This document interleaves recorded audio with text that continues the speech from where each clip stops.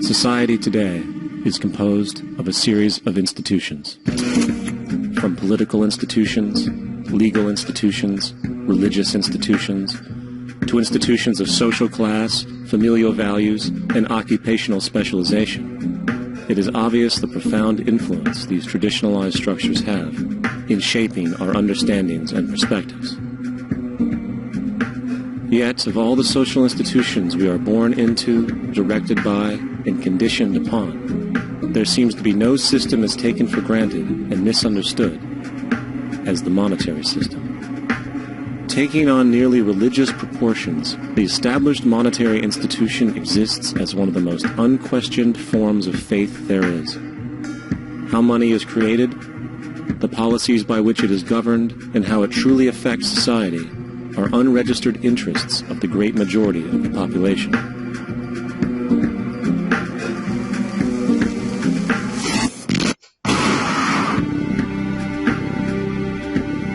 In a world where 1% of the population owns 40% of the planet's wealth, in a world where 34,000 children die every single day from poverty and preventable diseases, and where 50% of the world's population lives on less than $2 a day, one thing is clear: something is very wrong. And whether we are aware of it or not, the lifeblood of all of our established institutions, and thus society itself, is money. Therefore, understanding this institution of monetary policy is critical to understanding why our lives are the way they are. Unfortunately, economics is often viewed with confusion and boredom. Endless streams of financial jargon coupled with intimidating mathematics quickly deters people from attempts at understanding it. However, the fact is, the complexity associated with the financial system is a mere mask, designed to conceal one of the most socially paralyzing structures humanity has ever endured.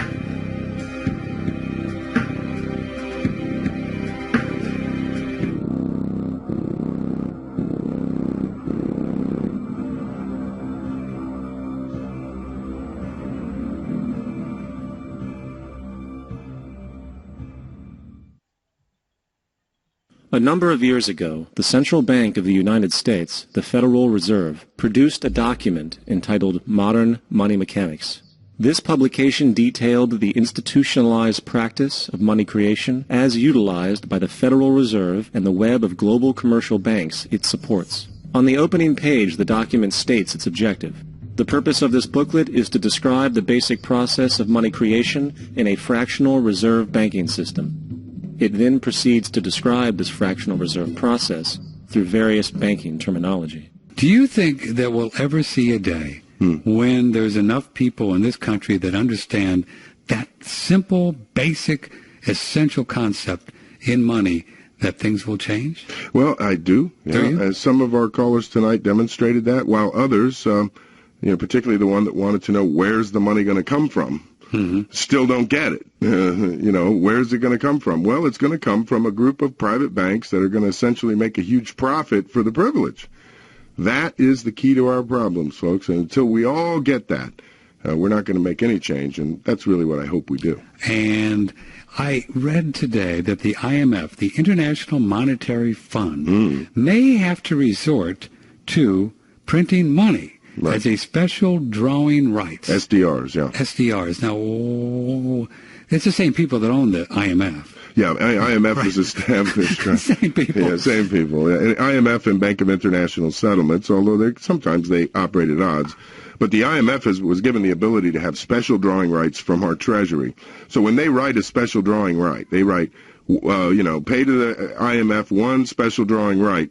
That allows them to go into our gold reserves. Really? And buy gold for $42.20 an ounce. No, wait a minute. No, explain that a minute. Who are these people and what can they do? What can they do? The International Monetary Fund has a right to draw on our Treasury at the rate of $42.20 an ounce, the official price of gold. You remember? What do you mean draw on our Treasury? Well, that's what the special drawing right allows them to do. So instead of saying we're going to give them $1 billion, it's much cheaper if you just say, oh, well, at 42.20, they're only taking 40 million. But in reality, what they've really gotten is gold that's worth 900 and change. But in their world, a special drawing right and a dollar are pegged at 42.22. And who owns the IMF? Well, it's a member banks that own the Federal Reserve. They just own it on a bigger scale. This is a worldwide organization. Yes. I cannot believe we the people. How did it ever get this screwed up? Well, we weren't paying attention. We took our eyes off the ball in the, basically with World War I and World War II. We allowed the Federal Reserve Bank of New York and its owners to consolidate their control over the world's financial system. And then over the last 90 years, they've just reinforced that with cement. So now trying to get out of it is going to be ridiculous. Oh, man.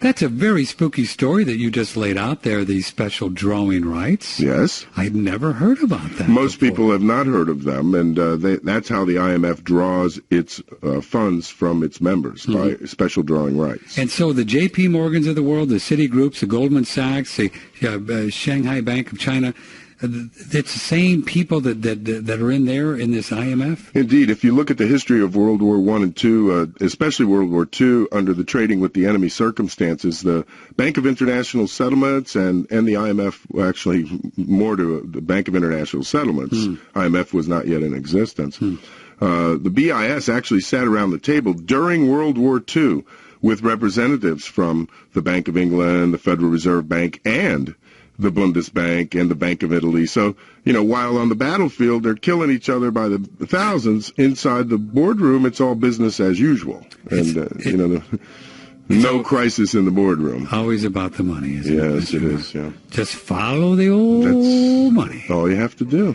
Hey, it's all about the Is and Earn Money Talk Show with host Tyrone. Kaine said that. Don't touch the dial. We'll be right back.